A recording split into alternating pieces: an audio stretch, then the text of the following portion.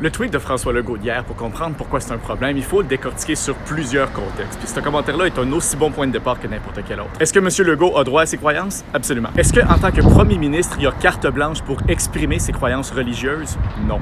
Alors, il faut commencer en expliquant pourquoi on ne peut pas dissocier son tweet de son rôle en tant que premier ministre. Première chose, la plus évidente, c'est que c'était son compte Twitter officiel. Il y a juste une chose décrite dans la description du compte Twitter d'où il a fait le commentaire. Premier ministre du Québec. Alors non, on peut pas dire que c'est un commentaire qu'il a fait à titre purement personnel. C'est un commentaire qu'il a fait venant d'une source qu'il utilise lui-même comme une source officielle en tant que premier ministre. Mais même si c'était un commentaire personnel, ça serait pas la fin de la question non plus. D'abord, il y a juste quelques semaines, son gouvernement a renvoyé un fonctionnaire, Stéphane Foguin, pour des activités partisanes que le fonctionnaire faisait dans son temps libre à titre personnel. La raison qu'ils ont donnée, c'est que ces activités partisanes personnelles étaient incompatibles avec son devoir de neutralité en tant que fonctionnaire public. Si c'est bon pour un fonctionnaire, ça devrait être bon pour le premier ministre. Mais aussi, un des projets de loi forts de son gouvernement, ça a été le projet de loi 21 qui encadre l'expression religieuse par l'appareil public. Et l'article 3 de son projet de loi exige que le gouvernement protège la séparation de l'Église et de l'État, en fait et en apparence. On sait que son gouvernement fait des valeurs québécoises une pierre angulaire de ses projets politiques. Ça, ils le disent eux-mêmes. Et voir le premier ministre dire qu'une des valeurs québécoises fondamentales, sa solidarité,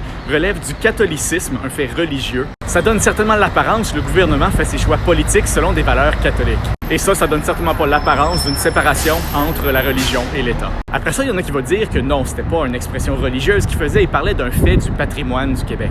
Ça marche pas d'abord parce que c'est pas vraiment un fait. Le tweet de M. Legault affirme que le fait catholique fait du Québec un endroit unique sur le continent. Mais le Québec est loin d'être le seul endroit sur le continent où le catholicisme a eu un passé très important. Même si on prend la position géographiquement douteuse que le Mexique fait pas partie de notre continent, le catholicisme a aussi un historique important en Louisiane, dans certains secteurs de la Californie du Sud et aussi au Massachusetts. Et deuxièmement, c'est loin d'être évident que notre solidarité vienne nécessairement du catholicisme non plus. On s'entend que le patrimoine catholique au Québec n'a pas toujours été le plus solidaire. Le plus qu'on peut dire, c'est que le tweet ne représentait pas un fait, mais plutôt une opinion religieuse de M. Legault. Et des opinions religieuses, M. Legault peut bien en avoir, il n'y a pas de problème. Mais pour être conséquent avec les décisions de son propre gouvernement, il devrait faire comme il dit lui-même toujours aux autres de faire, et les garder hors de la sphère publique, en privé. Sinon, ce qu'on a, c'est pas de la vraie laïcité.